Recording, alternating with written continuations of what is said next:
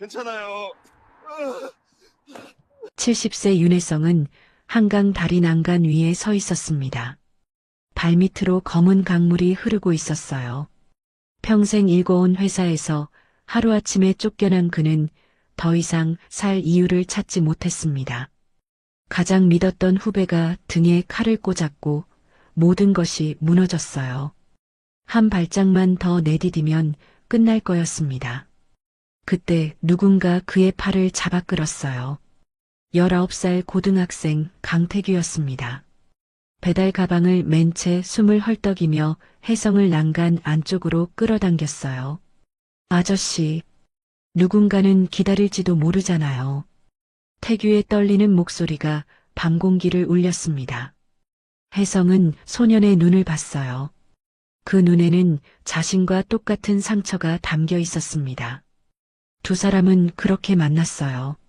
하지만 혜성은 아직 몰랐습니다. 자신을 무너뜨린 배신자가 누구인지를요. 그리고 이 인연이 앞으로의 인생을 어떻게 바꿀지를요. 사연 시작 전 구독과 좋아요로 함께 해주시는 모든 분들 감사드립니다. 사연 시작합니다. 3일 전 오전 10시였습니다.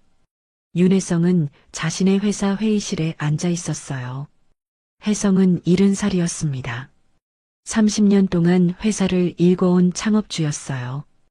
키가 크고 어깨가 넓었는데 요즘엔 허리가 조금 굽어 있었습니다. 회의실 문이 열렸어요. 후배 박진수가 들어왔습니다. 60대 중반, 혜성이 가장 믿는 사람이었어요. 진수 뒤로 이사들이 따라 들어왔습니다. 6명이었어요. 혜성은 이상했습니다. 오늘 회의 일정이 없었거든요. 무슨 일인가? 혜성이 물었습니다. 진수가 서류 뭉치를 테이블 위에 놓았어요. 회장님, 이사회 결정입니다. 뭔데? 경영권 이양입니다. 오늘부로 회장님께서 물러나셔야 합니다. 혜성은 귀를 의심했어요. 뭐라고? 회사 실적이 계속 하락하고 있습니다. 주주들이 경영진 쇄신을 요구하고 있어요. 진수의 목소리가 차갑게 가라앉아 있었습니다. 혜성은 서류를 집어들었어요. 읽기 시작했습니다. 눈이 점점 커졌어요. 이사회 결의 윤혜성 회장 즉시 해임. 이게 무슨 소리야? 이미 결정됐습니다. 오늘 오후 주주총회에서 공식 발표될 겁니다. 혜성은 진수를 똑바로 봤어요. 자네가 이런 짓을? 저뿐만 아닙니다. 이사 전원이 동의했어요. 다른 이사들이 고개를 끄덕였습니다. 아무도 혜성을 보지 않았어요. 혜성은 주저앉았어요. 의자가 삐걱거렸습니다. 30년. 내가 30년 동안 이 회사를 키웠는데 목소리가 떨렸어요. 그래서 감사합니다. 하지만 이제는 물러나실 때입니다. 진수가 서류를 가리켰습니다. 여기 서명하시면 됩니다. 퇴직금과 명예직은 보장해드리겠습니다. 혜성은 펜을 들었어요. 손이 떨렸습니다. 서명했습니다. 자신의 이름을 쓰는데 눈물이 흘러내렸어요. 감사합니다.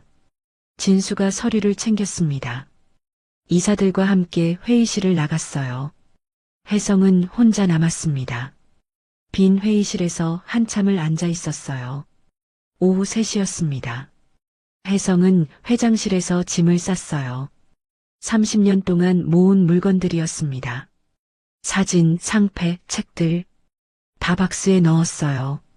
많지 않았습니다. 2상자면 충분했어요. 비서가 들어왔습니다. 회장님, 차 준비됐습니다. 고맙네. 혜성은 박스를 들고 나왔습니다. 복도를 걸었어요. 직원들이 고개를 숙이고 있었습니다. 아무도 인사하지 않았어요. 엘리베이터를 타고 1층으로 내려갔습니다. 로비를 지나 밖으로 나왔어요. 차가 대기하고 있었습니다. 기사가 문을 열어줬어요. 혜성은 차에 탔습니다. 뒤를 돌아봤어요. 회사 건물이 보였습니다. 30년을 보낸 곳이었어요. 이제 다시는 돌아올 수 없었습니다. 집에 도착했습니다. 강남에 있는 아파트였어요.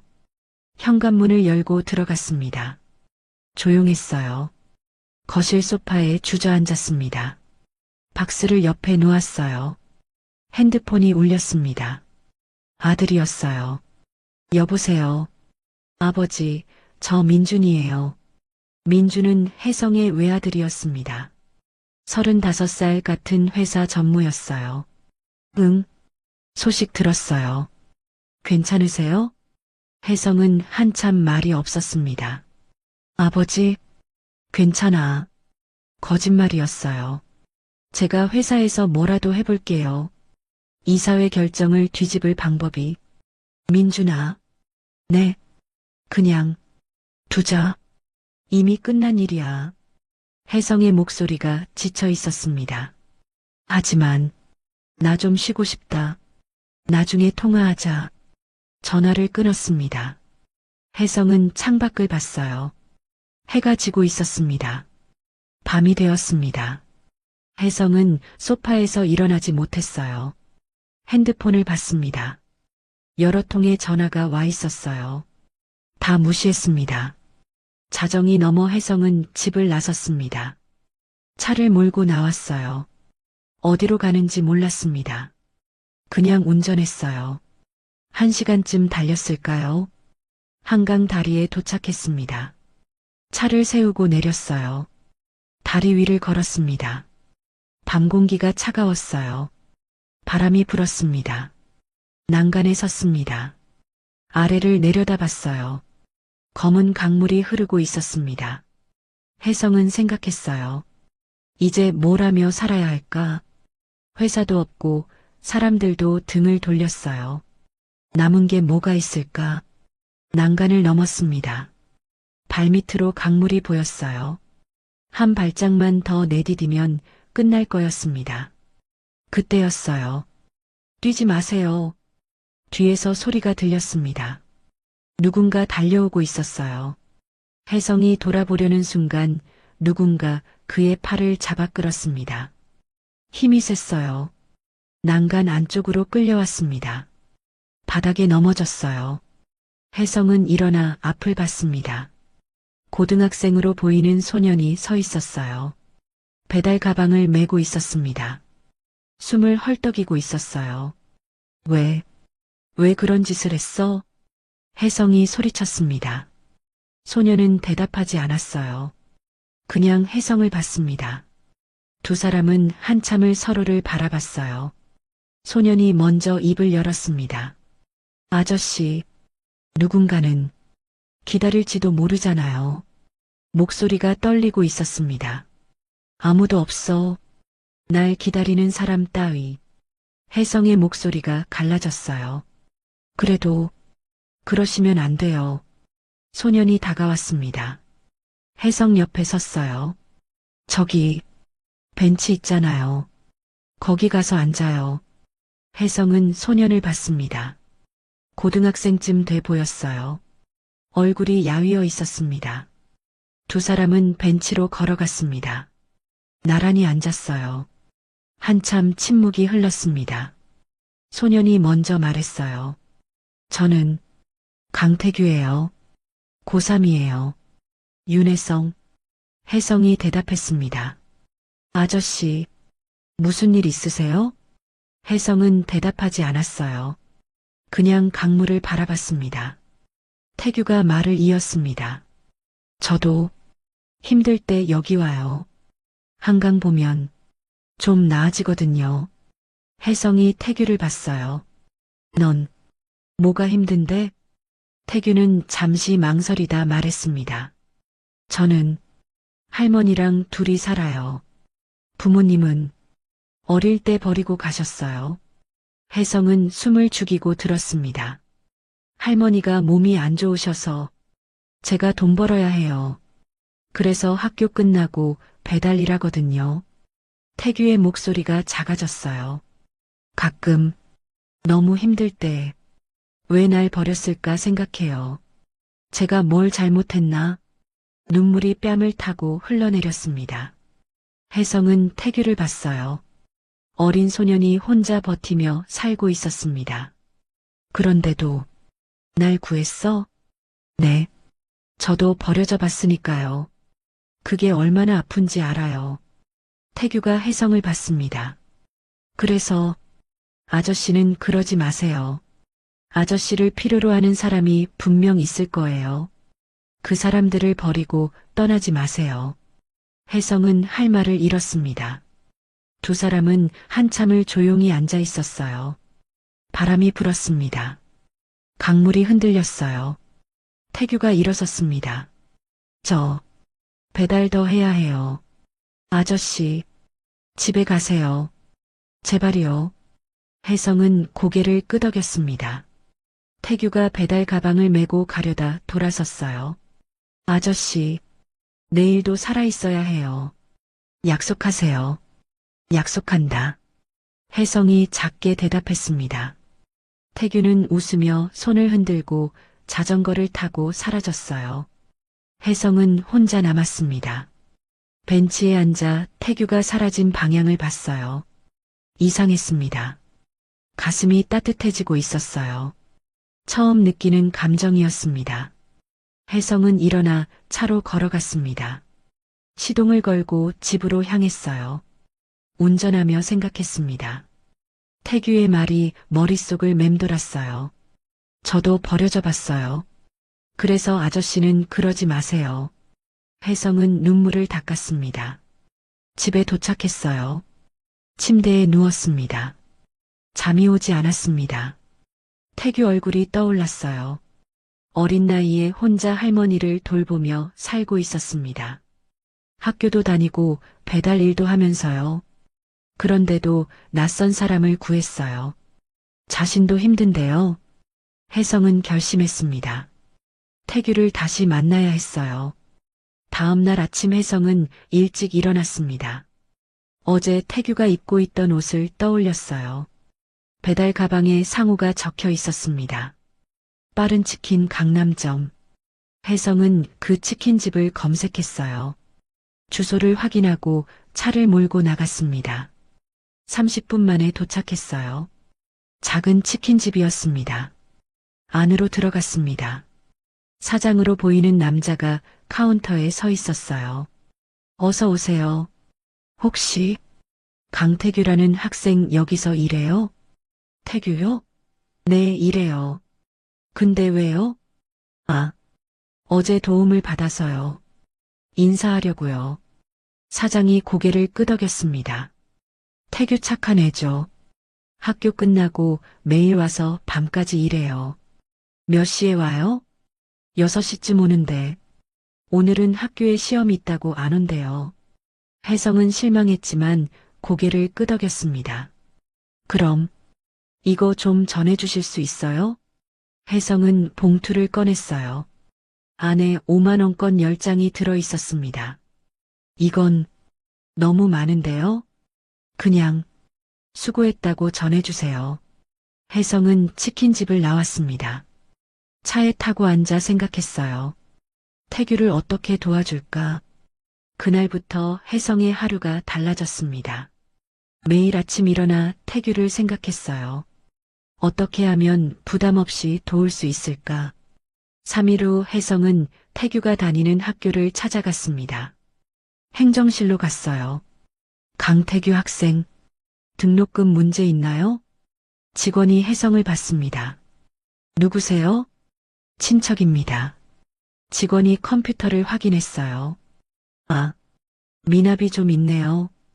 이번 학기 등록금이랑 급식비. 제가 내겠습니다. 혜성은 카드를 건넸습니다. 결제가 됐어요. 영수증을 받았습니다. 학교를 나오며 혜성은 처음으로 미소 지었어요. 누군가를 돕는다는 게 이렇게 기분 좋은 일인지 몰랐습니다.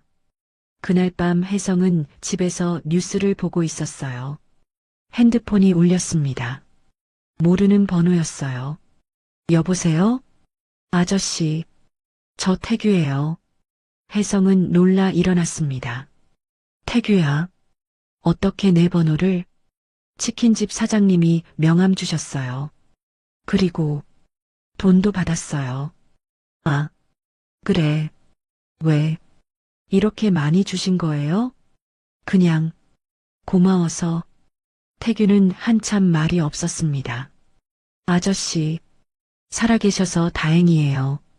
응, 약속 지켰어. 혜성이 웃으며 대답했습니다. 그리고 학교에서 연락 왔어요. 등록금이 납부됐다고. 아저씨가 내주신 거죠? 혜성은 대답하지 않았어요. 왜 이렇게까지 해주세요? 저 아저씨한테 아무것도 해드린 게 없는데. 넌 날 살렸어. 그걸로 충분해. 혜성의 목소리가 떨렸습니다. 태규가 울먹이는 소리가 들렸어요. 고맙습니다. 정말 고맙습니다. 전화를 끊고 혜성은 창밖을 봤습니다. 처음으로 마음이 편했습니다. 살아야 할 이유를 찾은 것 같았어요. 태규 때문이었습니다. 그날 밤 혜성은 깊은 잠에 빠졌습니다. 오랜만에 악몽 없는 잠이었어요. 일주일이 지났습니다. 혜성은 매일 아침 태규를 생각하며 일어났어요. 어느 토요일 오전이었습니다.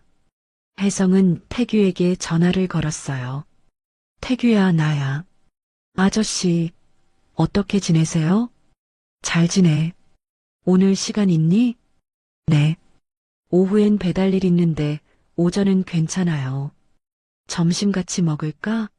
내가 살게. 태규는 잠시 망설이다 대답했습니다. 좋아요.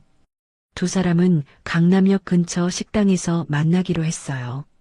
정오쯤 혜성이 먼저 도착했습니다.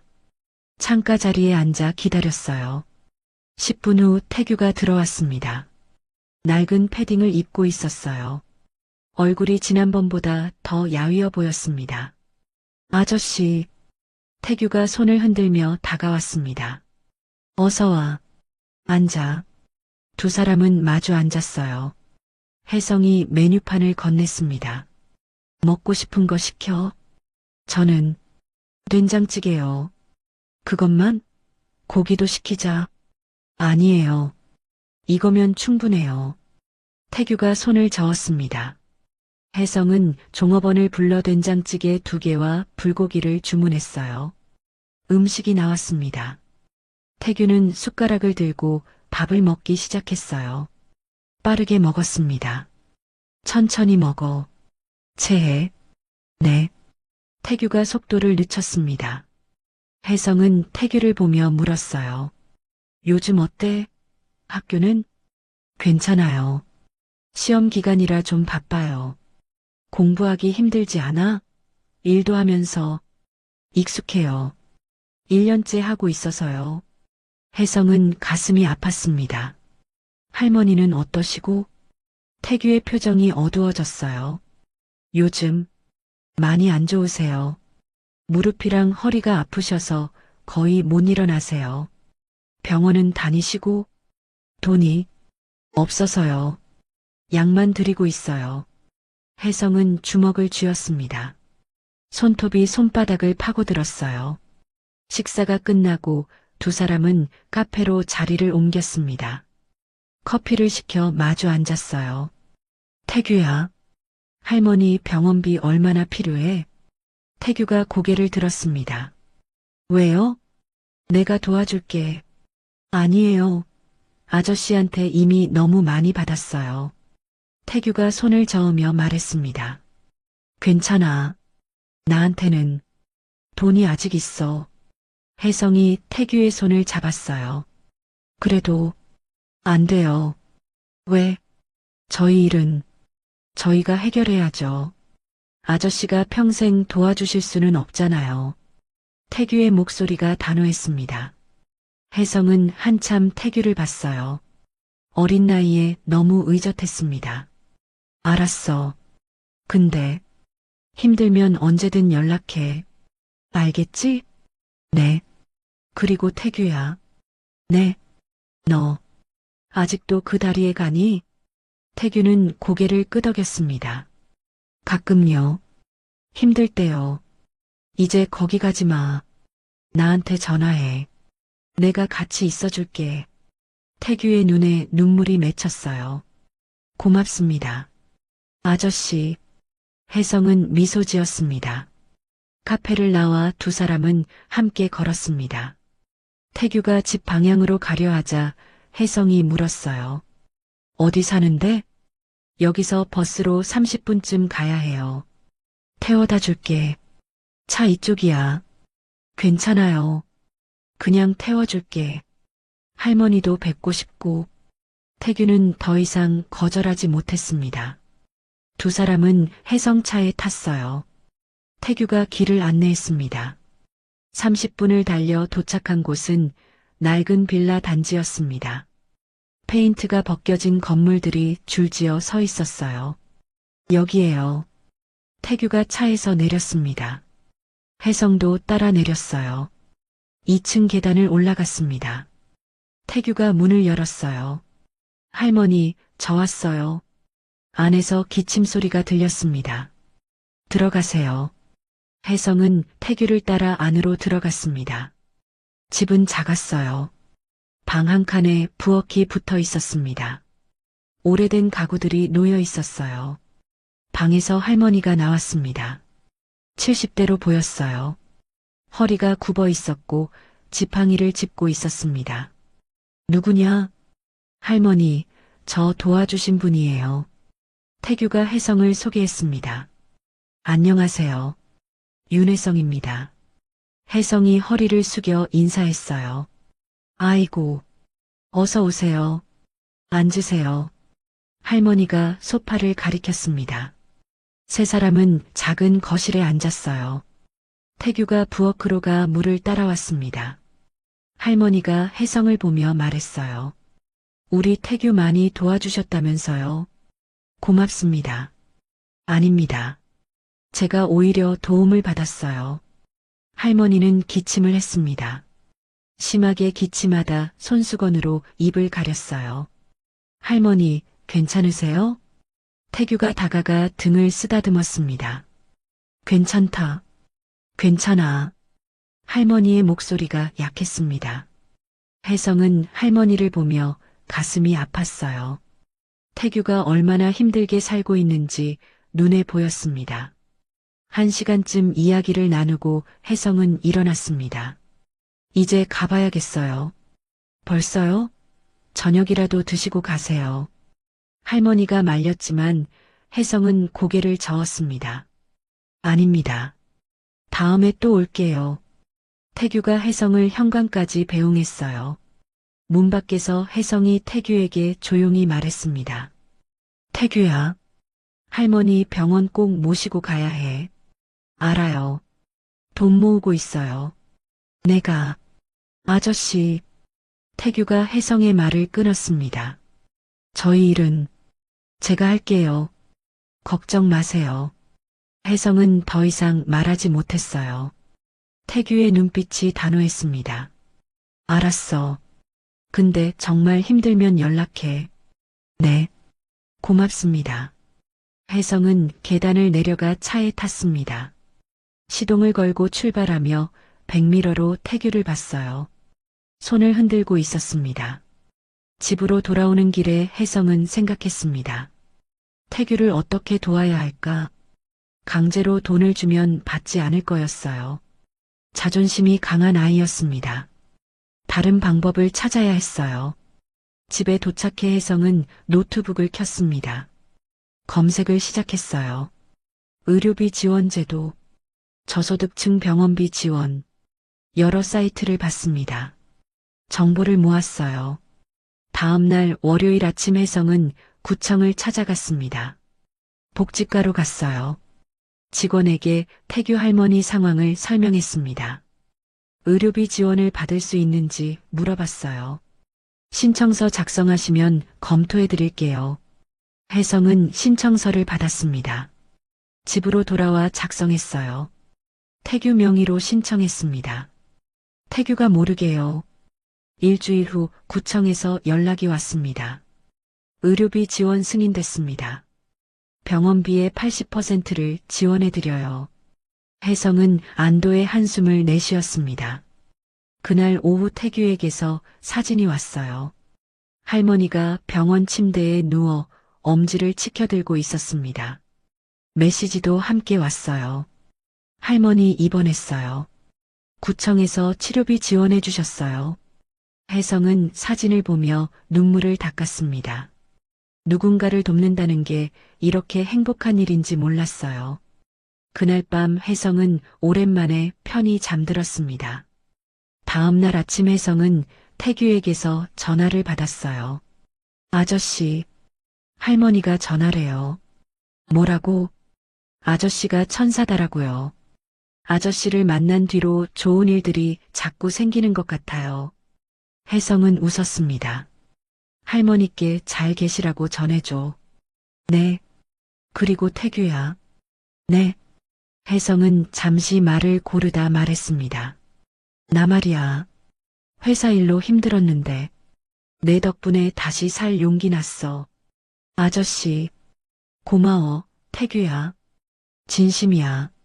저도 아저씨 덕분에 힘내고 있어요. 두 사람은 한참 통화를 이어갔습니다. 전화를 끊고 혜성은 창밖을 봤어요. 햇빛이 따뜻하게 들어오고 있었습니다. 처음으로 미래가 보였어요. 태규와 함께하는 미래가요. 혜성은 결심했습니다. 태규를 계속 지켜주겠다고요. 조용히요. 부담 없이요. 하지만 확실하게요. 그날부터 혜성의 삶이 달라졌습니다. 매일 아침 일어나는 게 행복했어요. 태규를 생각하면 웃음이 났습니다. 회사에서 쫓겨난 슬픔은 점점 작아졌어요. 태규라는 빛이 있었으니까요. 진짜로요. 그리고 혜성은 아직 몰랐습니다. 자신을 배신한 사람들이 누구인지를요. 곧 알게 될 거였어요. 충격적인 진실을요. 어느 수요일 오후였습니다. 혜성은 집 서재에 앉아 있었어요. 책장을 둘러봤습니다. 회사 관련 서류들이 쌓여 있었어요. 30년 동안 모은 자료들이었습니다. 한 권을 꺼내 펼쳤습니다. 5년 전 회계 보고서였어요. 읽기 시작했습니다. 숫자들을 따라가며 눈을 가늘게 떴어요. 뭔가 이상했습니다. 비용 항목 중에 설명되지 않는 지출이 있었어요. 3억 원이었습니다. 혜성은 다른 보고서들도 꺼냈습니다. 1년치를 쭉 펼쳐놓고 비교했어요. 매년 비슷한 금액이 빠져나가고 있었습니다. 항목명은 기타 운영비였어요. 이상하다. 혼잣말이 나왔습니다. 혜성은 노트북을 켰어요. 회사 내부 시스템에 접속하려 했지만 막혀 있었습니다. 접근 권한이 없습니다. 당연했어요. 이미 회장직에서 물러났으니까요. 하지만 예전 백업 파일들은 개인 하드에 저장해뒀습니다. USB를 꽂고 파일을 열었어요. 지난 10년간 회계 자료가 나타났습니다. 하나씩 확인하기 시작했어요. 시간 가는 줄 몰랐습니다. 저녁 7시쯤 혜성은 발견했습니다. 비자금 의심 파일이었어요. 특별계약 마이너스 기밀이라고 적힌 폴더였습니다. 안에 계약서 스캔본들이 있었어요. 열어봤습니다. 계약 상대방 이름이 낯설었어요. 들어본 적 없는 회사들이었습니다. 계약 내용도 모호했습니다. 컨설팅 용역이라고만 적혀 있었어요. 하지만 금액은 컸습니다. 건당 2억 원에서 3억 원까지요. 혜성은 이 회사들을 검색했습니다. 아무것도 나오지 않았어요. 페이퍼 컴퍼니, 중얼거렸습니다. 누군가 비자금을 만들고 있었어요. 회사 돈을 빼돌리고 있었습니다. 혜성은 계약서 하단을 봤습니다. 서명란이 있었어요. 승인자 박진수, 후배 진수였습니다. 혜성은 주먹을 쥐었어요. 손이 떨렸습니다. 진수가 이런 짓을 더 파고들기 시작했습니다. 다른 파일들도 열어봤어요. 자정이 넘어서까지 자료를 분석했습니다. 패턴이 보였어요.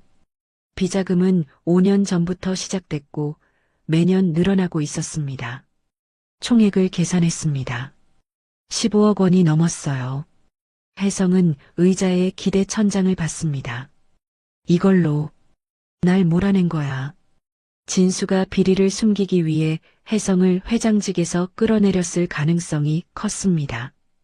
다음 날 아침 혜성은 태규를 만났어요. 학교 근처 카페였습니다. 태규가 먼저 와 있었어요.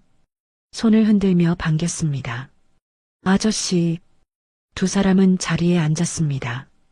커피를 시켰어요. 아저씨, 안색이 안 좋으세요. 무슨 일 있어요? 응. 어제 밤을 새워서 그래. 왜요?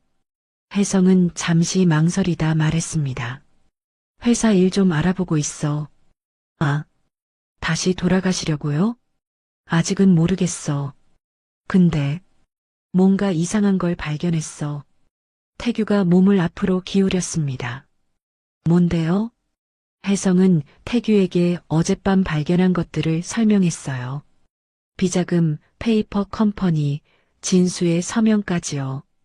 태규는 진지하게 듣더니 물었습니다. 그럼 그 사람이 아저씨를 내쫓은 거예요? 그럴 가능성이 커. 비리를 숨기려고. 나쁜 사람이네요. 태규의 목소리에 분노가 묻어났습니다. 혜성은 미소 지었어요. 그래서 어떻게 하실 거예요? 아직은 모르겠어. 증거가 더 필요해. 도와드릴 게 있으면 말씀하세요. 고마워, 태규야. 두 사람은 한참 이야기를 나눴습니다. 카페를 나와 헤어지며 태규가 말했어요. 아저씨, 포기하지 마세요. 끝까지 가봐요. 응, 그럴게. 혜성은 태규를 보며 힘을 얻었습니다. 그날 오후 혜성은 집으로 돌아오는 길에 아들 민준에게 전화를 걸었어요. 민준아, 나야. 아버지, 오랜만이에요. 응, 요즘 어떻게 지내니? 바빠요. 회사 일이 많아서요. 그래, 저녁 시간 있니? 같이 먹을까? 민주는 잠시 망설이다 대답했습니다. 오늘은 좀 약속이 있어서요. 그래, 알았어. 혜성은 실망했지만 내색하지 않았습니다. 아버지, 무슨 일 있으세요? 아니야. 그냥 내 얼굴 보고 싶어서 다음 주에 시간 내볼게요. 응, 그래. 전화를 끊고 혜성은 한숨을 쉬었습니다. 저녁 6시쯤 집 초인종이 울렸어요. 인터폰 화면을 보니 민준이었습니다. 옆에 며느리 수진도 있었어요. 혜성은 놀라 문을 열었습니다. 민준아, 수진아, 아버지. 민준이 들어왔습니다. 수진도 따라 들어왔어요. 어서 와. 앉아. 세 사람은 거실 소파에 앉았습니다. 갑자기 웬일이야? 그냥 아버지 얼굴 보고 싶어서요. 민준이 웃으며 말했습니다. 잘 왔어. 저녁 먹고 가. 아니요. 저희 먹고 왔어요. 수진이 대답했습니다. 민준이 주위를 둘러보다 서재 쪽을 봤어요. 아버지, 요즘 뭐 하세요? 그냥 책 좀 보고. 혜성이 대답했습니다. 회사 일은 안 보시고요? 혜성은 민준을 봤습니다. 뭔가 의도가 있는 질문 같았어요. 가끔 옛날 자료 보긴 해. 민준의 표정이 미묘하게 변했습니다.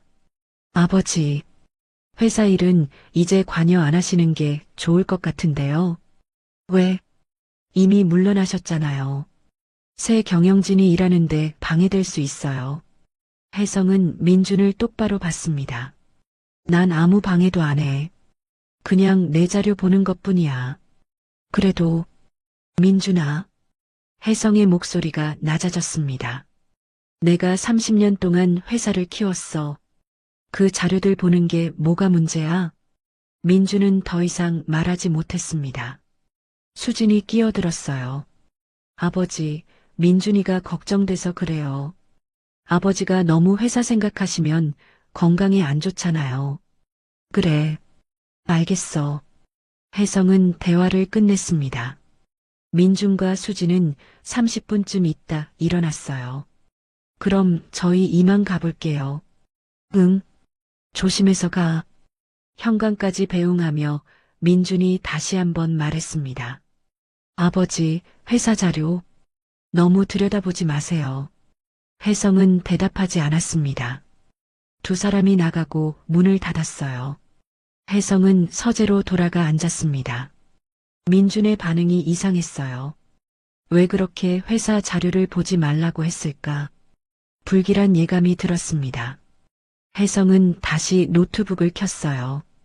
파일들을 뒤지기 시작했습니다. 이번엔 민준 이름으로 검색했어요. 몇 개 파일이 나왔습니다. 열어봤어요. 계약서였습니다. 민준이 서명한 문서들이었어요. 내용을 읽기 시작했습니다. 눈이 점점 커졌어요.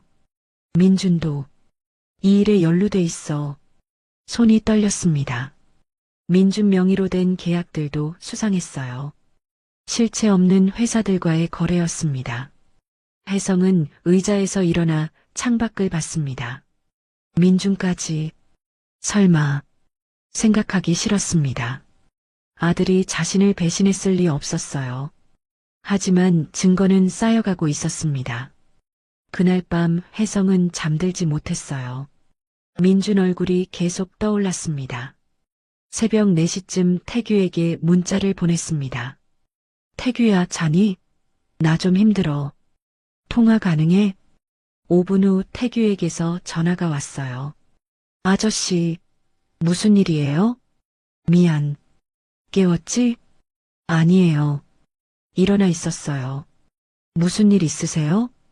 혜성은 오늘 있었던 일을 털어놨습니다. 민준의 방문, 이상한 반응, 그리고 발견한 파일까지요. 태규는 조용히 듣더니 말했습니다. 아저씨, 힘드시겠어요? 응. 근데요, 아저씨. 응? 도망치지 마요. 혜성은 태규의 말에 귀를 기울였습니다. 진실이 뭐든 끝까지 가봐야 해요. 그래야 후회 안 하잖아요. 그래. 내 말이 맞아. 제가 옆에 있을게요. 아저씨 혼자 아니에요. 혜성은 눈물을 닦았습니다. 고마워, 태규야. 전화를 끊고 혜성은 결심했습니다. 끝까지 파고들 거였어요. 진실이 뭐든 밝혀낼 거였습니다. 설령 그게 아들의 배신이라 해도요. 혜성은 노트북 앞에 다시 앉았습니다. 새벽까지 자료를 분석했어요. 점점 더 많은 단서가 나왔습니다. 그리고 혜성은 깨달았습니다. 이건 진수 혼자 한 게 아니야. 더 큰 조직이 있었어요. 민준도 그 안에 있었습니다. 혜성은 주먹을 쥐었어요. 알아낼 거야. 다 알아낼 거야. 결심이 확고했습니다. 일주일이 지났습니다. 혜성은 매일 밤 자료를 분석하며 보냈어요. 잠은 4~5시간밖에 못 잤지만 멈출 수 없었습니다. 진실이 조금씩 드러나고 있었어요. 어느 금요일 저녁이었습니다. 혜성은 서재에서 오래된 이메일 백업 파일을 열어보고 있었어요. 투자 계약서였어요. 상대 회사는 동방 컨설팅이었습니다. 처음 보는 이름이었어요. 계약 금액은 5억 원, 투자 목적은 해외 시장 진출 컨설팅이라고 적혀 있었습니다. 혜성은 이 회사를 검색했어요.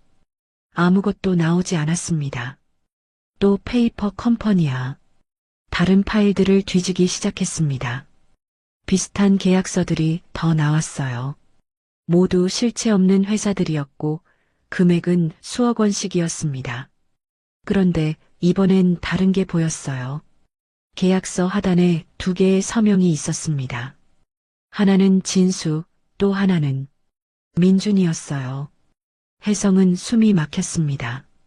민준이 정말 믿고 싶지 않았지만 증거가 명확했습니다. 더 깊이 파고들었어요. 민준명의 계좌 이체 내역을 찾았습니다. 페이퍼 컴퍼니들로 돈이 나가고 며칠 후 민준 개인 계좌로 일부가 되돌아오고 있었어요. 리베이트였습니다. 혜성은 계산했어요. 민준이 받은 돈이 총 3억 원이 넘었습니다. 의자에서 일어나 창밖을 봤습니다. 밤하늘에 별이 없었어요. 내 아들이 날 배신했어. 목소리가 떨렸습니다. 다음 날, 혜성은 태규에게 전화를 걸었습니다. 여보세요? 아저씨? 태규야. 혹시 시간 괜찮으면 잠깐 만날까? 지금요? 무슨 일 있으세요? 응. 여러모로 고민이 많네. 왠지 내 생각이 나서 전화했어. 태규는 잠시 망설이지 않았습니다. 지금 갈게요. 어디서 만날까요? 한강. 우리 처음 만난 그 다리. 알겠어요. 30분 후에 거기서 봐요. 전화를 끊고 혜성은 코트를 입었습니다. 집을 나서 차를 몰고 한강으로 향했어요. 30분 후 다리에 도착했습니다. 태규가 이미 와 있었어요. 자전거를 세워두고 난간에 기대 있었습니다. 아저씨, 태규가 손을 흔들었습니다. 혜성은 차에서 내려 태규에게 걸어갔어요. 두 사람은 처음 만났던 벤치에 앉았습니다. 무슨 일이에요? 태규가 걱정스러운 눈빛으로 물었습니다. 혜성은 한참 말이 없다가 입을 열었어요. 혜성은 자신이 발견한 것들을 태규에게 얘기했습니다. 계약서, 계좌 이체 내역, 리베이트까지 모두요. 태규는 조용히 듣더니 한참을 말이 없었어요. 그러다 조심스럽게 물었습니다. 확실해요? 정말 아드님이 한 거예요? 증거가 너무 명확해. 서명도 있고 돈도 받았고. 혜성은 고개를 숙였습니다. 나 뭘 잘못한 걸까? 아들을 그렇게 키운 내가. 아저씨 잘못 아니에요. 태규가 혜성의 어깨에 손을 얹었습니다. 사람은 스스로 선택하는 거예요. 아저씨가 아무리 잘 키워도 잘못된 길을 선택할 수 있어요. 혜성은 태규를 봤어요. 19살 소년이 자신보다 성숙하게 느껴졌습니다. 근데 아저씨, 응? 도망치지 마요. 태규의 목소리가 단호했습니다. 이미 여기까지 왔잖아요. 끝까지 가봐야 해요. 끝까지? 네. 진실이 뭐든 밝혀내야죠. 그래야 아저씨도 다시 시작할 수 있어요. 혜성은 태규의 손을 잡았습니다. 넌 어떻게 그렇게 강하니? 강한 게 아니에요. 그냥 도망쳐봤자 아무것도 안 변한다는 걸 알아서요. 태규가 강물을 바라봤어요. 저도 부모님한테 버려졌을 때 원망만 했어요. 왜 날 버렸을까? 내가 뭘 잘못했을까? 혜성은 태규를 지켜봤습니다. 근데 그렇게 살아봤자 제가 더 힘들더라고요. 그래서 받아들였어요. 이게 현실이다. 이제 내가 살아야 한다. 태규가 혜성을 봤습니다. 아저씨도 그래야 해요. 아드님이 배신했다면 그게 현실이에요. 받아들이고 어떻게 할지 결정하세요. 혜성은 눈물을 닦았습니다. 고마워. 태규야. 두 사람은 한참을 벤치에 앉아 있었어요. 강물 소리만 들렸습니다. 1시간쯤 지나 태규가 말했습니다. 아저씨, 이제 들어가요. 추워요. 응. 가자.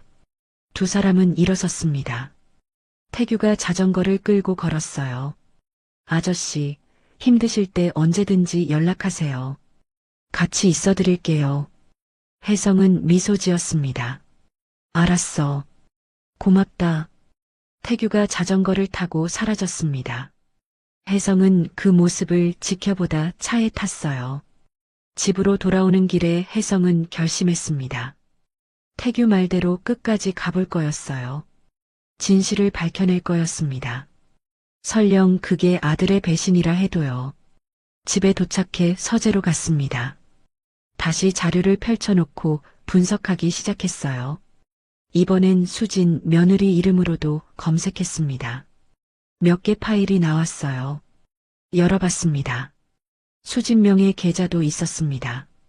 페이퍼 컴퍼니에서 돈이 들어오고 있었어요. 혜성은 숨을 죽였습니다. 수진까지, 며느리도 이 일에 연루돼 있었어요. 혜성은 생각했습니다. 앞으로 힘든 싸움이 기다리고 있었어요. 월요일 오전 10시였습니다. 혜성은 강남에 있는 법무법인을 찾아갔어요. 정도 법률사무소라는 간판이 붙어 있었습니다. 건물 10층에 있었어요. 엘리베이터를 타고 올라가 사무실 문을 열었습니다. 깔끔한 인테리어가 눈에 들어왔어요. 안녕하세요. 예약하신 윤혜성 회장님이시죠? 접수 직원이 웃으며 맞았습니다. 네, 맞습니다. 이쪽으로 오세요. 상담실로 안내받았어요. 넓은 책상 뒤에 50대 남자가 앉아 있었습니다. 안녕하십니까? 변호사 김정우입니다. 두 사람은 악수했습니다. 혜성은 의자에 앉았어요. 어떤 일로 오셨는지 말씀해 주시겠어요? 혜성은 가방에서 USB를 꺼냈습니다. 김 변호사에게 건넸어요. 이 안에 모든 증거가 들어 있습니다. 김 변호사는 USB를 노트북에 꽂았습니다. 파일들을 열어보기 시작했어요. 혜성은 지난 한 달 동안 발견한 것들을 설명했습니다. 비자금 조성, 페이퍼 컴퍼니, 진수와 민준의 횡령, 수진의 리베이트 수령까지요. 김 변호사는 진지하게 듣더니 파일들을 꼼꼼히 확인했습니다. 30분이 걸렸어요. 다 보고 나서 김 변호사가 말했습니다. 회장님, 이건 심각한 사안입니다. 알고 있습니다. 횡령 금액만 총 20억 원이 넘네요. 배임, 횡령, 특정경제범죄가중처벌법 위반까지 적용될 수 있어요. 혜성은 고개를 끄덕였습니다. 법적으로 어떻게 대응할 수 있나요? 김 변호사가 메모를 하며 설명했어요. 먼저 증거 보강이 필요합니다. 지금 있는 자료만으로도 강력하지만 더 확실한 게 좋아요. 어떤 걸 더 찾아야 하죠? 내부 문서, 녹취 파일, 이메일 원본, 증인 진술. 이런 것들이요. 혜성은 생각했습니다. 회사 내부에 협조자가 있으면 도움이 되실 겁니다. 협조자? 네. 내부 고발자 같은 분이요. 혜성은 떠오르는 사람이 없었어요. 회사를 떠난 지 2달이 됐고 믿을 만한 사람도 없었습니다. 일단 제가 지금 있는 자료를 법적으로 정리해 드릴게요. 그리고 추가 증거 확보 방법도 알려드리겠습니다. 고맙습니다. 그런데 회장님. 네. 김 변호사가 조심스럽게 물었습니다. 아드님도 이 일에 연루돼 계시는데 괜찮으시겠어요? 혜성은 잠시 말이 없었습니다. 해야 합니다. 잘못된 건 바로 잡아야죠. 알겠습니다. 제가 최선을 다해 돕겠습니다. 2시간 동안 상담을 마치고 혜성은 사무실을 나왔습니다. 내부 고발자. 혜성은 생각해봤습니다. 떠오르는 얼굴이 하나 있었어요. 회계팀장, 이수영 차장. 혜성과 10년 넘게 같이 일한 사이였어요. 혜성은 고개를 끄덕이고 핸드폰을 꺼냈습니다. 이수영 번호를 찾아 전화를 걸었어요. 신호음이 울렸습니다. 3번째 신호 끝에 연결됐어요. 여보세요? 수영 차장 나야. 윤혜성이야. 잠시 침묵이 흘렀습니다. 회장님, 오랜만입니다. 목소리가 조심스러웠어요. 응? 요즘 어떻게 지내? 그냥 바쁘게 지내고 있습니다. 시간 되면 만날 수 있을까? 할 얘기가 있어서. 수영은 한참 망설이다 대답했습니다. 언제요? 오늘 저녁 어때? 알겠습니다. 6시에 회사 근처 카페에서 뵙죠. 고마워. 저녁 6시였습니다. 혜성은 회사 근처 카페에 도착했어요. 수영이 이미 와 있었습니다. 구석 자리에 앉아 커피를 마시고 있었어요. 수영 차장, 회장님, 수영이 일어나 인사했습니다. 혜성은 마주 앉았어요. 잘 지냈어? 네. 그럭저럭요. 수영은 혜성을 보며 조심스럽게 말했습니다. 회장님, 그동안 연락 못 드려서 죄송합니다. 괜찮아. 나도 이해해. 사실, 회사 분위기가 회장님 얘기 꺼내면 안 되는 분위기예요. 혜성은 고개를 끄덕였습니다. 수영아, 솔직하게 물어볼게. 네. 회사에서 뭔가 이상한 거 느낀 적 없어? 수영의 표정이 굳어졌어요. 무슨 말씀이세요? 비자금이나 횡령 같은 거 말이야. 수영은 주위를 둘러봤습니다. 사람들이 있었어요. 조용히 말했습니다. 회장님, 여기서는 곤란합니다. 그럼 다른 데로 갈까? 아니요. 제 차로 가요. 두 사람은 카페를 나와 수영차에 탔습니다. 수영이 한적한 곳으로 차를 몰았어요. 강변 주차장에 차를 세웠습니다. 엔진을 끄고 혜성을 봤어요. 회장님, 사실은 저도 이상한 걸 눈치챘어요. 뭘? 3년 전부터요. 회계장부에 설명 안 되는 지출들이 계속 나타났어요. 혜성은 숨을 죽이고 들었습니다. 처음엔 실수인 줄 알았어요. 근데 매년 반복되더라고요. 얼마나 돼? 정확히는 모르겠지만 10억 원은 넘을 거예요. 혜성은 자신이 계산한 금액과 비슷했습니다. 누가 했는지 알아? 수영은 고개를 끄덕였습니다. 박진수 부회장님이요. 그리고 민준 전무님도요. 혜성은 주먹을 쥐었어요. 증거 있어? 수영이 가방을 열어 서류 봉투를 꺼냈습니다. 혜성에게 건넸어요. 이게 뭐야? 제가 몰래 복사한 회계장부예요. 원본은 회사에 있고요. 혜성은 봉투를 열어 서류를 봤습니다. 회계장부 복사본이었어요. 왜? 이걸 가지고 있었어? 언젠간 필요할 것 같아서요. 회장님이 부당하게 쫓겨나셨잖아요. 혜성은 수영을 봤습니다. 눈에 눈물이 맺혔어요. 고마워. 정말 고마워. 회장님, 저 도와드릴게요. 이건 잘못된 거예요. 위험하지 않아? 회사에서 알면. 괜찮아요. 제가 조심할게요. 두 사람은 1시간 동안 더 이야기를 나눴습니다. 수영은 회사 내부 상황을 자세히 설명했어요. 진수가 회장직을 차지한 후 더 노골적으로 돈을 빼돌리고 있었고 민준과 수진도 깊이 관여하고 있었습니다. 수영아, 혹시 녹취나 이메일 같은 것도 있어? 이메일은 제 계정에 남아 있어요. 박 부회장님이 보낸 거요. 복사해서 줄 수 있어? 네. 내일 드릴게요. 혜성은 수영의 손을 잡았습니다. 고마워. 넌 내 은인이야. 아니에요. 당연한 거예요. 두 사람은 헤어졌습니다. 혜성은 집으로 돌아와 수영이 준 서류를 펼쳐놓고 분석하기 시작했어요. 장부가 명확했습니다.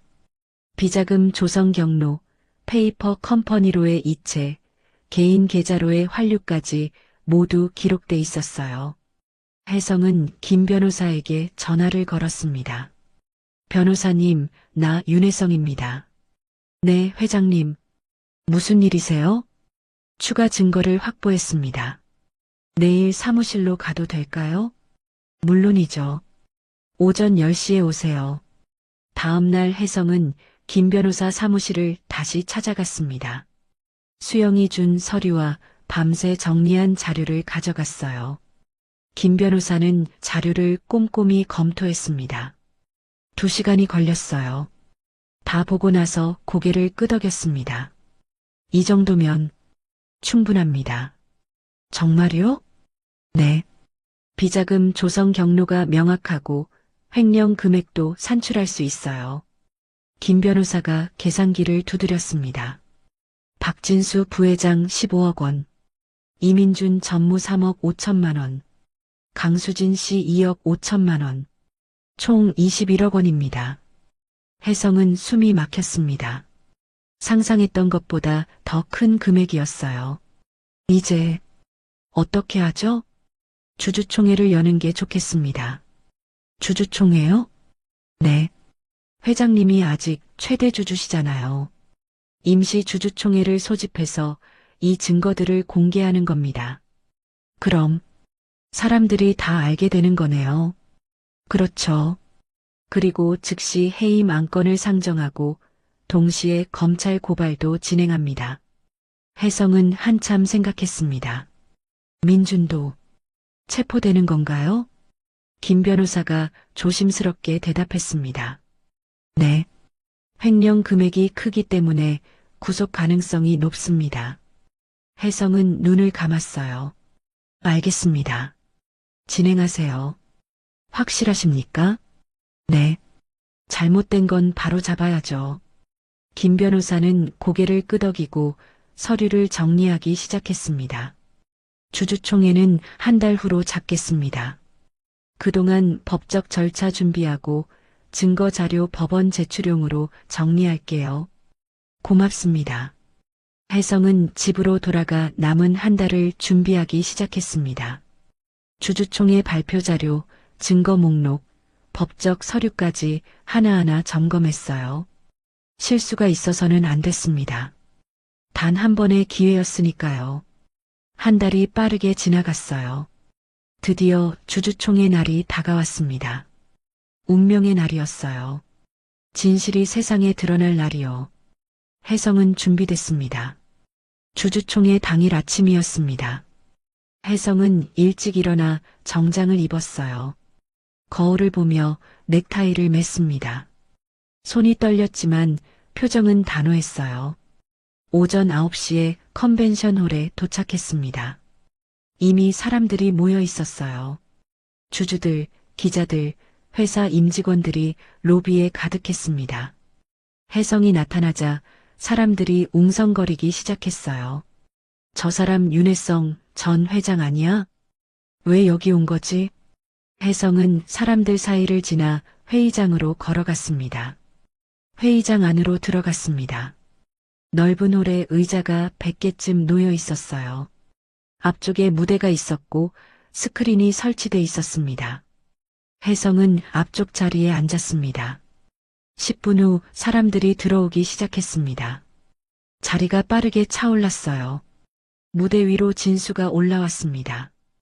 회장 명찰을 달고 있었어요. 옆에 민준과 다른 이사들이 함께 섰습니다. 진수가 혜성을 봤습니다. 눈이 마주쳤어요. 진수의 표정이 굳어졌습니다. 민준도 혜성을 발견했습니다. 놀란 표정이었어요. 오전 10시 정각 주주총회가 시작됐습니다. 진수가 마이크를 잡고 말했어요. 안녕하십니까? 주주 여러분. 오늘 임시 주주총회를 시작하겠습니다. 목소리가 차분했습니다. 오늘 안건은 신규 투자건 승인입니다. 자료를 보시면 그때 혜성이 손을 들었습니다. 진수가 말을 멈추고 혜성을 봤어요. 네, 윤혜성 전 회장님. 말씀하시죠. 저도 안건을 추가하고 싶습니다. 회의장이 조용해졌습니다. 모든 시선이 혜성에게 쏠렸어요. 무슨 안건이신지요? 혜성이 일어섰습니다. 천천히 무대로 걸어갔어요. 현 경영진의 즉시 해임건입니다. 회의장이 술렁이기 시작했습니다. 진수의 얼굴이 일그러졌어요. 전 회장님, 그건 절차상 문제가. 저는 아직 최대 주주입니다. 지분 35%를 보유하고 있죠. 혜성이 서류를 꺼내 보여줬습니다. 임시 주주총회에서 최대 주주는 긴급 안건을 상정할 수 있습니다. 상법 363조에 명시돼 있어요. 김 변호사가 혜성 옆으로 올라왔습니다. 가방에서 서류 뭉치를 꺼냈어요. 진수는 이사들과 눈빛을 교환했습니다. 당황한 표정들이었어요. 알겠습니다. 그럼 안건 설명 부탁드립니다. 진수가 마지못해 말했습니다. 혜성은 무대 중앙으로 걸어갔어요. 마이크를 잡았습니다. 주주 여러분, 그리고 언론 관계자 여러분. 오늘 제가 여러분께 보여드릴 것은 이 회사에서 지난 5년간 자행된 범죄 행위입니다. 회의장이 숨죽였습니다. 혜성이 노트북을 열어 스크린에 연결했어요. 첫 번째 화면이 나타났습니다. 비자금 조성 내역 마이너스 총 21억 원. 이것이 지난 5년간 회사에서 빼돌려진 돈의 총액입니다. 사람들이 웅성거리기 시작했어요. 진수가 일어났습니다. 전 회장님, 이건 근거 없다고요? 혜성이 다음 화면을 띄웠습니다. 계약서 스캔본이었어요. 이것은 페이퍼 컴퍼니와 맺은 허위 계약서입니다. 동방 컨설팅, 글로벌 에이전시, 미래 전략연구소, 모두 실체 없는 회사들입니다. 스크린의 계약서들이 차례로 나타났습니다. 그리고 이 계약서들에 서명한 사람은 혜성이 확대된 서명란을 보여줬어요. 박진수 회장입니다. 진수의 얼굴이 창백해졌습니다. 거짓말입니다. 조작이라고요? 혜성이 다음 자료를 띄웠습니다. 은행 이체 내역이었어요. 이것은 은행에서 직접 받은 거래 내역입니다. 페이퍼 컴퍼니로 나간 돈이 며칠 후 개인 계좌로 되돌아온 기록이 명확히 나와 있습니다.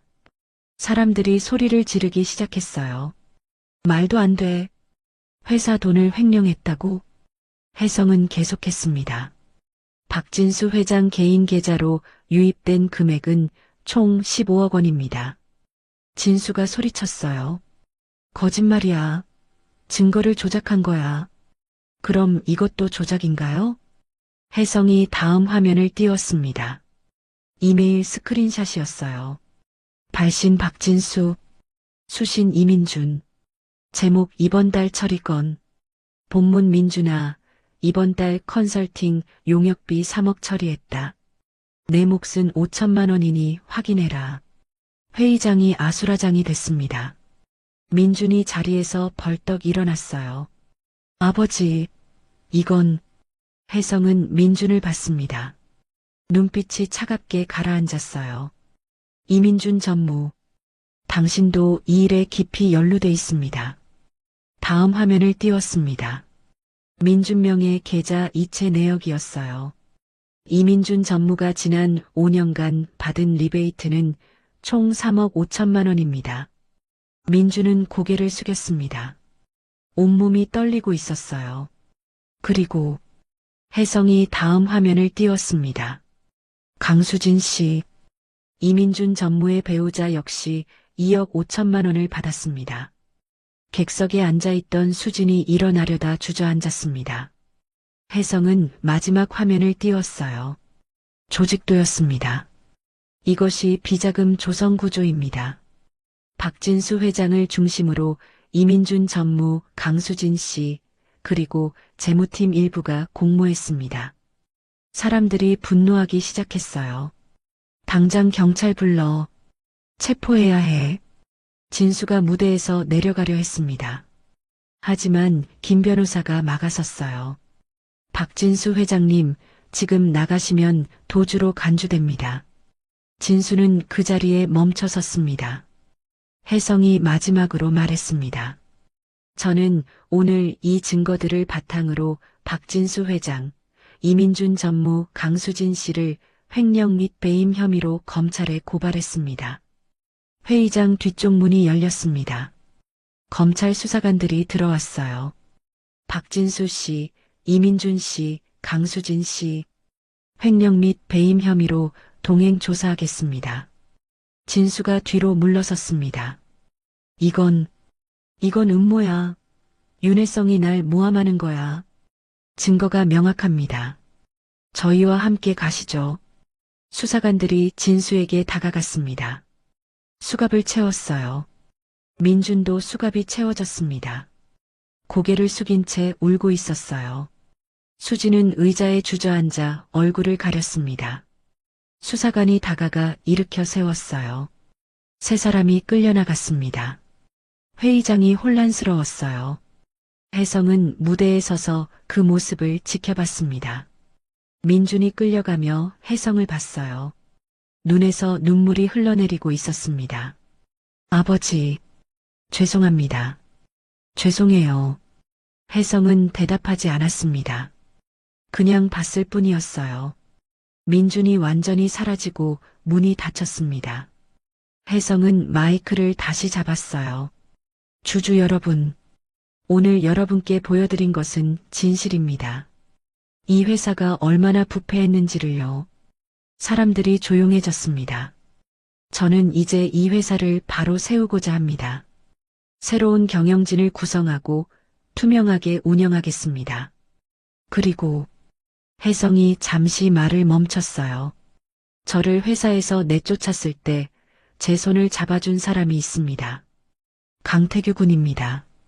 한강 다리에서 죽으려던 저를 구해준 소년입니다. 가족은 피로 결정되는 게 아닙니다. 마지막 순간에 손을 잡아준 사람이 진짜 가족입니다. 혜성의 목소리가 떨렸어요. 내가 무너졌을 때 손을 잡아준 건 가족이 아니었습니다. 한강에서 내 손을 붙잡아준 한 소년이었습니다. 회의장이 숙연해졌습니다. 주주총회는 그렇게 끝났어요. 사람들이 하나둘 나가기 시작했습니다. 기자들이 혜성에게 달려들었지만 경호원들이 막았어요. 회의장이 거의 비었습니다. 김 변호사가 다가왔어요. 회장님, 수고하셨습니다. 고맙습니다, 변호사님. 검찰에서 곧 정식 수사 들어갈 겁니다. 증거가 확실해서 기소는 문제 없을 거예요. 알겠습니다. 그리고 이사회에서 회장님 복귀 요청이 들어올 겁니다. 혜성은 고개를 끄덕였습니다. 세 사람은 회의장을 나왔어요. 로비에 기자들이 우르르 몰려왔습니다. 윤 회장님, 한 말씀 부탁드립니다. 아드님을 고발하신 심경이 어떠십니까? 혜성은 마이크 앞에 섰습니다. 잘못된 것은 바로 잡아야 합니다. 설령 그것이 제 아들이라 해도요. 짧게 말하고 차에 탔습니다. 차가 출발했습니다. 혜성은 창밖을 봤어요. 민준 얼굴이 떠올랐습니다. 수갑찬 모습, 우는 얼굴. 가슴이 아팠습니다. 근데 해야 했어. 안 그러면 더 큰 잘못이었을 거야. 차는 조용히 달렸어요. 혜성의 길고 긴 싸움이 끝났습니다. 진실이 밝혀졌고 잘못한 사람들이 벌을 받게 됐어요. 하지만 상처는 깊었습니다. 아들을 잃은 상처요. 혜성은 알고 있었어요. 이 상처가 쉽게 아물지 않을 거라는 걸요. 하지만 괜찮았습니다. 태규가 있었으니까요. 그걸로 충분했어요. 주주총회 다음 날 아침이었습니다. 혜성은 뉴스를 보고 있었어요. 백만장자 회장, 아들 횡령 혐의 고발. 윤혜성 전 회장, 회사 복귀 유력. 모든 신문이 어제 일을 다루고 있었습니다. 혜성은 리모컨으로 텔레비전을 껐어요. 더 이상 보고 싶지 않았습니다. 핸드폰이 울렸습니다. 김 변호사였어요. 여보세요. 회장님, 검찰에서 연락 왔습니다. 박진수, 이민준, 강수진 세 사람 모두 구속영장 청구했대요. 그렇군요. 증거가 확실해서 기소는 확정입니다. 형량은 각각 10년 이상 나올 것 같아요. 혜성은 눈을 감았습니다. 알겠습니다. 그리고 회장님, 이사회에서 긴급회의 소집했습니다. 오늘 오후 3시에요. 무슨 안건인가요? 회장님 복귀건입니다. 만장일치로 요청한다고 하더군요. 가봐야겠네요. 전화를 끊고 혜성은 창밖을 봤어요. 햇빛이 들어오고 있었습니다. 오후 3시였습니다. 혜성은 회사 이사회실에 들어갔어요. 이사들이 모두 일어나 박수를 쳤습니다. 회장님, 돌아오신 것을 환영합니다. 혜성은 고개를 숙여 인사했습니다. 회장석에 앉았어요. 이사회 의장이 말했습니다. 윤혜성 회장님의 회장직 복귀권을 상정합니다. 찬성하시는 분? 모든 이사가 손을 들었습니다. 만장일치로 가결됐습니다. 윤혜성 회장님 정식으로 복귀하셨습니다. 박수가 터졌어요. 혜성은 일어나 인사했습니다. 감사합니다. 회사를 바로 세우는데 최선을 다하겠습니다. 회의가 끝나고 혜성은 회장실로 올라갔어요. 석 달 만에 돌아온 곳이었습니다. 책상에 앉았습니다. 낯설지 않았어요. 여전히 자신의 자리였습니다. 비서가 들어왔습니다. 회장님 축하드립니다. 고맙습니다. 일정 확인하시겠어요? 아니요. 오늘은 일찍 퇴근할 겁니다. 혜성은 가방을 챙겨 회사를 나왔어요. 차를 몰고 1시간을 달렸습니다. 태규가 사는 동네였어요. 태규 집 앞에 차를 세웠습니다. 계단을 올라가 문을 두드렸어요. 누구세요? 할머니 목소리였습니다. 저 윤혜성입니다. 문이 열렸어요. 할머니가 반갑게 맞았습니다. 아이고, 회장님. 어서 오세요. 안녕하세요, 할머니. 안으로 들어갔습니다. 태규가 방에서 나왔어요. 아저씨. 태규가 반갑게 인사했습니다. 세 사람은 거실에 앉았습니다. 할머니가 물을 따라왔어요. 회장님, 어제 뉴스 봤어요. 대단하시더라고요. 별 말씀을요. 할머니가 태규를 보며 웃었습니다. 혜성은 잠시 망설이다 말했어요. 사실 오늘 온 건 부탁드릴 게 있어서입니다. 무슨 부탁이신데요? 혜성은 가방에서 봉투를 꺼냈습니다. 테이블 위에 놓았어요. 이게 뭐예요? 태규가 봉투를 열었습니다. 서류가 들어 있었어요. 읽기 시작했습니다. 눈이 점점 커졌어요. 아저씨, 이건 대저택 열쇠와 등기부등본이었습니다. 할머니, 태규, 제 집으로 이사 오세요. 할머니가 놀라 손을 저었습니다. 안 돼요. 이렇게 큰 집을 우리가 어떻게... 저 혼자 살기엔 너무 큽니다. 같이 살아주세요. 혜성의 목소리가 간절했어요. 근데 할머니, 제가 태규한테 받은 게 얼마나 큰지 아세요?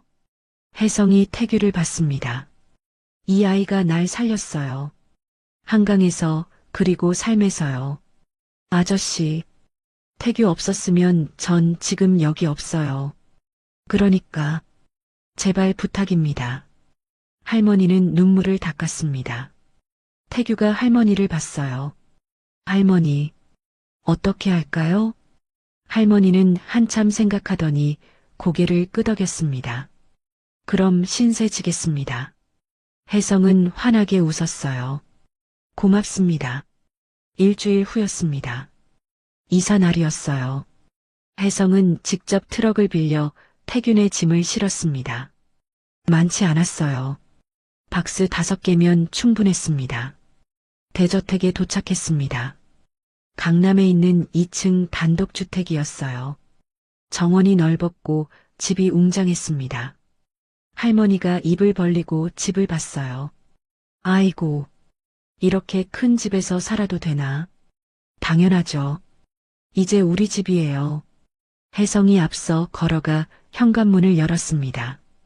어서 들어오세요.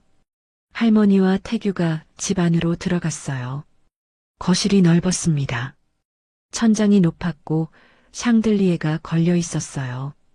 태규야, 2층 방 둘 중에 내가 고르렴. 정말요? 응. 할머니는 1층 방 쓰시고 세 사람은 집 안을 둘러봤습니다. 태규는 2층 동쪽 방을 골랐어요. 창문으로 정원이 보였습니다. 할머니는 1층 햇빛 잘 드는 방을 골랐어요. 짐을 풀기 시작했습니다. 혜성도 함께 도왔어요. 저녁이 되었습니다. 세 사람은 넓은 식탁에 둘러앉았어요. 혜성이 준비한 음식이 차려져 있었습니다. 갈비찜, 잡채, 나물들이었어요. 같이 먹어요. 세 사람은 식사를 시작했습니다. 할머니가 먹다 말고 눈물을 닦았어요. 왜 우세요, 할머니? 고마워서. 이렇게 대접받아 본 게 언제였나 싶어서. 태규도 눈시울이 붉어졌습니다. 혜성이 두 사람의 손을 잡았어요. 이제 우린 가족이에요. 서로 챙기고 도우며 사는 거죠. 할머니가 고개를 끄덕였습니다. 식사를 마치고 세 사람은 거실 소파에 앉았어요. 혜성이 태규를 봤습니다. 태규야, 너한테 할 얘기가 있어. 뭔데요? 학교 졸업하면 대학 가고 싶지? 당연히 가고 싶죠. 근데 돈이. 혜성이 말을 끊었습니다. 내가 다 책임질게. 등록금, 생활비 뭐든지. 아저씨, 그리고 대학 졸업하고 나서 우리 회사에서 일하면 어떨까?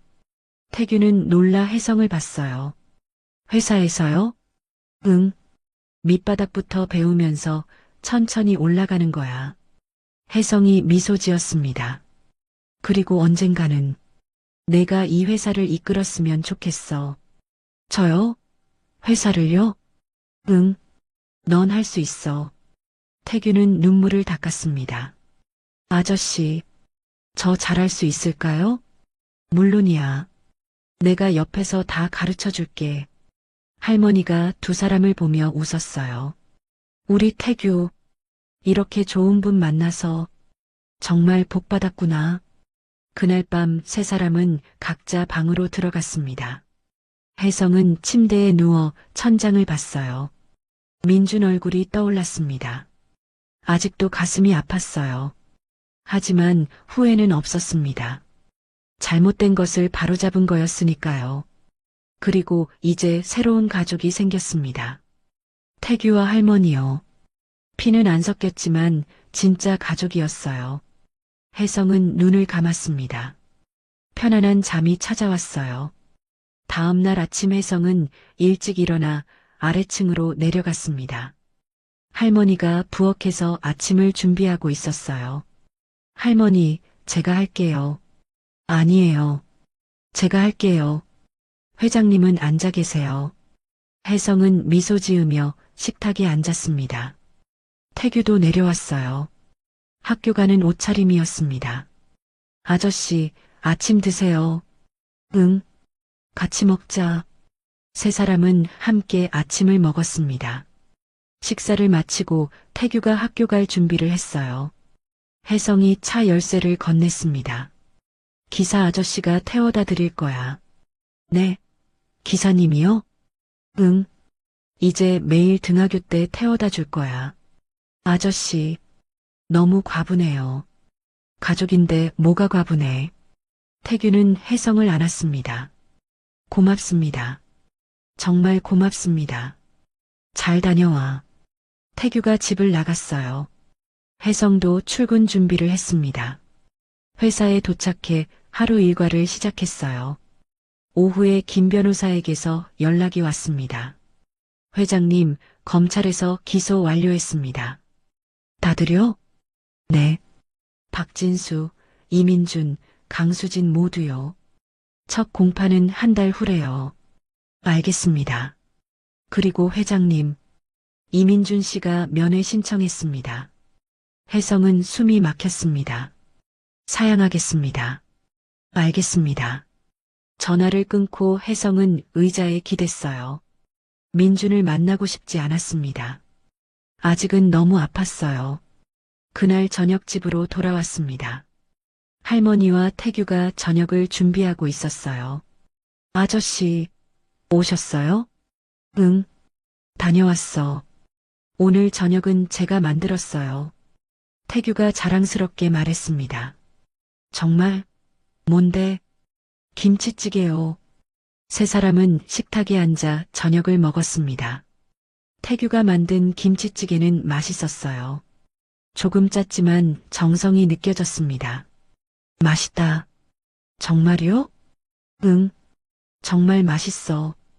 태규가 환하게 웃었습니다. 식사 후 세 사람은 거실에서 텔레비전을 봤어요. 뉴스가 나왔습니다. 회사 횡령 사건을 다루고 있었어요. 할머니가 채널을 돌렸습니다. 이거 보기 싫으시죠?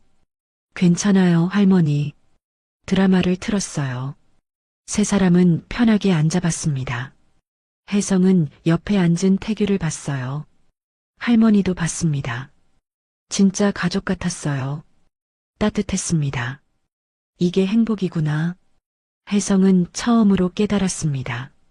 가족은 피가 아니라 마음으로 만들어지는 거였어요. 태규와 할머니가 진짜 가족이었습니다. 그날 밤 혜성은 행복하게 잠들었습니다. 그리고 혜성은 알고 있었습니다.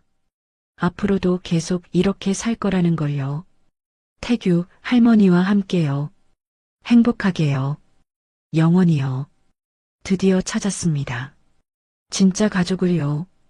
혜성은 회사를 완전히 정상화시켰어요. 새로운 이사진을 구성하고 투명한 회계 시스템을 도입했습니다. 비자금은 모두 회수의 회사 자금으로 환원했어요. 민중과 진수, 수진의 재판도 진행됐습니다. 증거가 명확해서 판결은 빨랐어요.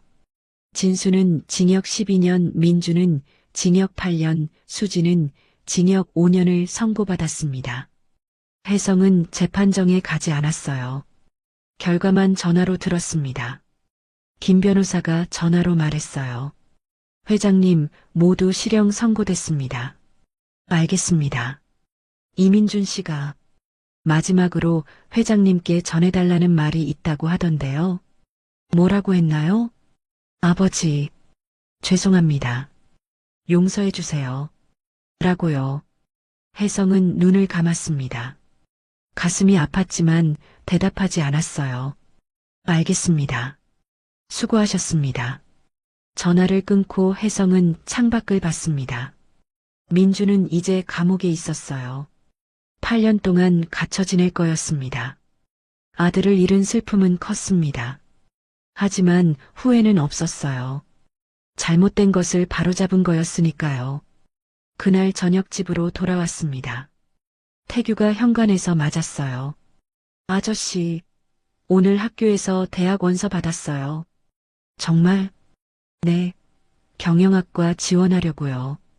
혜성은 태규를 안았습니다. 잘 생각했어. 합격할 거야. 열심히 할게요. 할머니도 거실에서 나왔어요. 많이 건강해진 모습이었습니다. 회장님, 오늘 병원 다녀왔어요. 의사 선생님이 많이 좋아졌대요. 다행이네요, 할머니. 다 회장님 덕분이에요. 세 사람은 함께 저녁을 먹었습니다. 웃음소리가 식탁을 채웠어요. 식사 후 혜성이 말했습니다. 태규야, 할머니, 내일 중요한 날이에요. 무슨 날인데요? 회사에서 기자 간담회 열어요. 같이 가줄 수 있어? 저희요? 응. 꼭 같이 있어줬으면 좋겠어. 태규와 할머니가 고개를 끄덕였습니다. 다음 날 오전 10시였습니다. 회사 대강당에 기자들이 모였어요. 100여 명이 넘는 인원이었습니다. 카메라가 여러 대 설치돼 있었어요. 혜성은 무대 옆에서 태규, 할머니와 함께 서 있었습니다. 태규는 정장을 입고 있었어요. 할머니도 단정한 한복을 입었습니다. 준비됐어? 혜성이 태규에게 물었습니다. 떨려요. 아저씨, 괜찮아. 내가 옆에 있어. 사회자가 무대로 나왔습니다. 지금부터 윤혜성 회장님 기자 간담회를 시작하겠습니다. 박수가 터졌어요. 혜성이 무대로 걸어나갔습니다. 연단 앞에 섰어요. 카메라 플래시가 터졌습니다. 안녕하십니까? 윤혜성입니다. 혜성이 인사했습니다. 오늘 여러분을 이 자리에 모신 이유는 두 가지 중요한 발표를 하기 위해서입니다. 기자들이 펜을 꺼내 들었어요. 첫째, 저는 오늘부로 회장직에서 물러나 명예회장으로 취임합니다. 웅성거림이 일어났습니다. 지난 2달 동안 회사를 정상화시켰습니다. 이제는 젊은 세대에게 경영을 맡길 때라고 판단했습니다. 기자 한 명이 손을 들었어요. 그럼 후임 회장은 누구입니까? 혜성이 미소 지었습니다. 그것이 2번째 발표입니다. 무대 옆을 가리켰어요. 강태규 군 나오세요. 태규가 떨리는 걸음으로 무대로 걸어 나왔습니다. 혜성 옆에 섰어요. 기자들이 술렁이기 시작했습니다. 저 사람 누구야? 고등학생 아니야? 혜성이 마이크를 잡고 말했습니다. 강태규 군은 제가 가장 힘들었던 순간 제 손을 잡아준 사람입니다. 카메라가 태규를 향했어요. 2달 전 저는 한강 다리에서 죽으려 했습니다. 회사에서 쫓겨나 모든 것을 잃었다고 생각했죠. 혜성의 목소리가 떨렸습니다. 그때 이 소년이 제 팔을 잡아 끌었습니다. 아저씨, 누군가는 기다릴지도 모르잖아요 라고 말하며요. 태규를 보며 미소 지었어요. 강태규 군은 19살 고등학생입니다. 몸이 불편한 할머니를 돌보며 혼자 살아왔어요. 학교 끝나고 배달 아르바이트를 하며 생계를 꾸렸습니다. 기자들이 메모하기 시작했습니다. 그런데도 자신보다 더 힘든 사람을 구했습니다.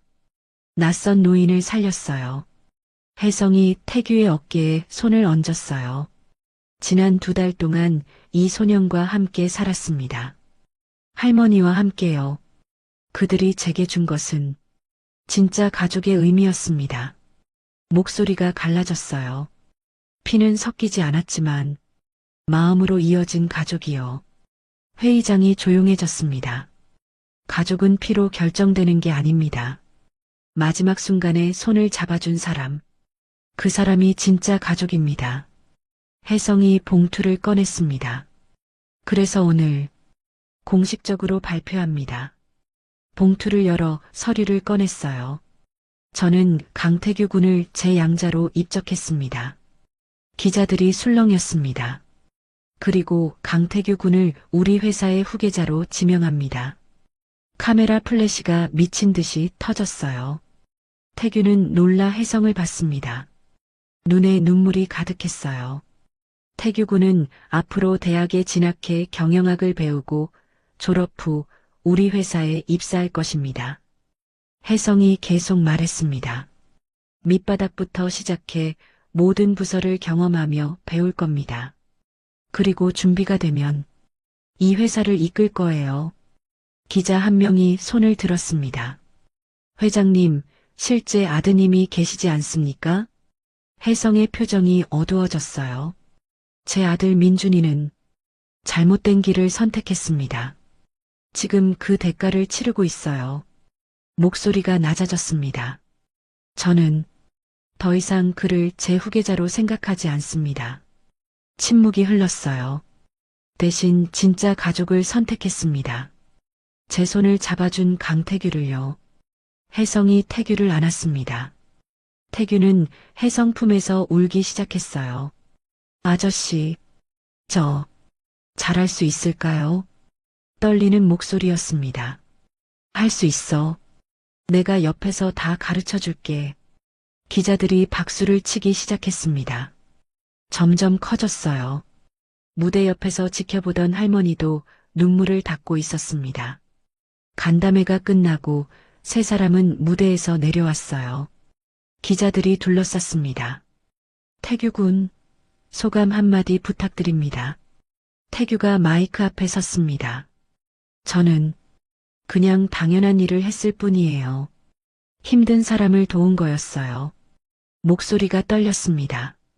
근데 아저씨가 제 인생을 바꿔주셨어요. 저와 할머니한테 가족을 선물해 주셨어요. 눈물이 흘러내렸어요. 열심히 배워서 꼭 훌륭한 사람이 될게요. 약속드립니다. 박수가 다시 터졌습니다. 3사람은 기자들 사이를 빠져나와 차에 탔어요. 집으로 돌아오는 길이었습니다. 차 안이 조용했어요. 태규가 조용히 말했습니다. 아저씨, 정말 고맙습니다. 평생 은혜 잊지 않을게요. 혜성이 태규의 손을 잡았어요. 고마워할 건 내가 더 많아. 넌 날 살렸어. 진짜로. 할머니도 뒷좌석에서 눈물을 닦았습니다. 회장님, 저희 같은 사람들한테 이렇게까지 해주시다니. 은혜를 어떻게 갚아야 할지. 할머니, 가족인데 무슨 은혜예요. 당연한 거죠. 세 사람은 미소 지었습니다. 집에 도착했어요. 저녁을 함께 먹고 거실에 앉았습니다. 혜성이 말했습니다. 태규야, 이제부터 정말 바빠질 거야. 알아요. 대학 가서 열심히 공부하고 졸업하면 회사에서 일 배워야지. 네. 최선을 다할게요. 난 믿어. 넌 분명 훌륭한 경영자가 될 거야. 태규가 혜성을 안았습니다. 아버지, 이제 그렇게 불러도 돼요? 혜성은 눈물을 닦았어요. 당연하지. 아들아. 두 사람은 한참을 안고 있었습니다. 그날 밤 혜성은 서재에 앉아 창밖을 봤어요. 별이 빛나고 있었습니다. 민준 얼굴이 떠올랐습니다. 여전히 가슴 한편이 아팠어요. 하지만 이제는 괜찮았습니다. 새로운 아들이 생겼으니까요. 피는 안 섞였지만 마음으로 이어진 진짜 아들이요. 혜성은 미소 지었습니다. 7년이 지났습니다. 태규는 대학을 졸업하고 회사에 입사했어요. 영업부에서 시작해 차근차근 배워나갔습니다. 열심히 일했고 직원들에게 존경받았습니다. 겸손하고 성실한 태도 때문이었어요. 할머니는 건강을 완전히 회복했습니다. 매일 정원을 가꾸며 행복하게 지냈어요. 혜성은 명예회장으로서 태규를 지도했습니다. 경영 노하우를 하나하나 가르쳤어요. 어느 봄날 오후였습니다. 혜성과 태규는 회사 옥상 정원에서 차를 마시고 있었어요. 아버지, 감사합니다. 뭐가? 저를 이렇게까지 키워주셔서요. 혜성이 웃었습니다. 난 아무것도 안 했어. 내가 스스로 여기까지 온 거야. 아니에요. 아버지 없었으면 전 지금 여기 없어요. 두 사람은 도시 풍경을 바라봤습니다. 태규야. 네. 넌 곧 이 회사를 이끌게 될 거야. 아직 멀었어요. 아니야. 내가 생각하는 것보다 빨라. 혜성이 태규를 봤어요. 난 널 믿어. 이 회사를, 아니, 더 큰 것을 이룰 거라고. 최선을 다할게요, 아버지. 그날 저녁 세 사람은 집에서 저녁을 먹었습니다. 식탁에 웃음소리가 가득했어요. 식사 후 혜성은 가족 사진을 보고 있었습니다. 작년에 찍은 사진이었어요. 혜성, 태규, 할머니가 함께 웃고 있었습니다. 진짜 가족 같았어요. 아니, 진짜 가족이었습니다. 피보다 진한 마음으로 이어진 가족이요. 혜성은 사진을 액자에 넣어 거실에 걸었습니다. 제일 잘 보이는 곳이었어요. 태규가 다가왔습니다. 예쁘다, 아버지. 그래. 우리 가족 사진이야. 두 사람은 사진을 보며 미소 지었습니다. 밤이 깊어갔어요. 혜성은 침대에 누워 하루를 되돌아봤습니다. 한강 다리에서 죽으려 했던 그날이 떠올랐어요. 그때 태규가 없었다면 지금 여기 없었을 거였습니다. 태규가 자신을 살렸어요. 그리고 자신도 태규를 구했습니다. 서로가 서로를 살린 거였어요. 진짜 가족이 된 거였습니다. 혜성은 눈을 감았습니다. 평화로운 잠이 찾아왔어요. 깊고 따뜻한 잠이었습니다. 꿈속에서 혜성은 웃고 있었어요. 태규, 할머니와 함께요. 행복했습니다. 완전하게요. 진심으로요. 그리고 그 행복은 계속될 거였어요. 영원히요. 가족은 피가 아니라 마지막 순간에 손을 잡아준 사람으로 완성되는 거였습니다. 혜성은 그걸 이제 알았어요. 확실하게요. 완전하게요. 그리고 감사했습니다. 태규를 만나서요. 진짜 가족을 찾아서요. 햇빛이 창문으로 들어왔습니다. 새로운 아침이었어요. 혜성, 태규, 할머니의 행복한 하루가 시작되고 있었습니다. 평범하지만 소중한 하루요. 가족과 함께하는 하루였습니다.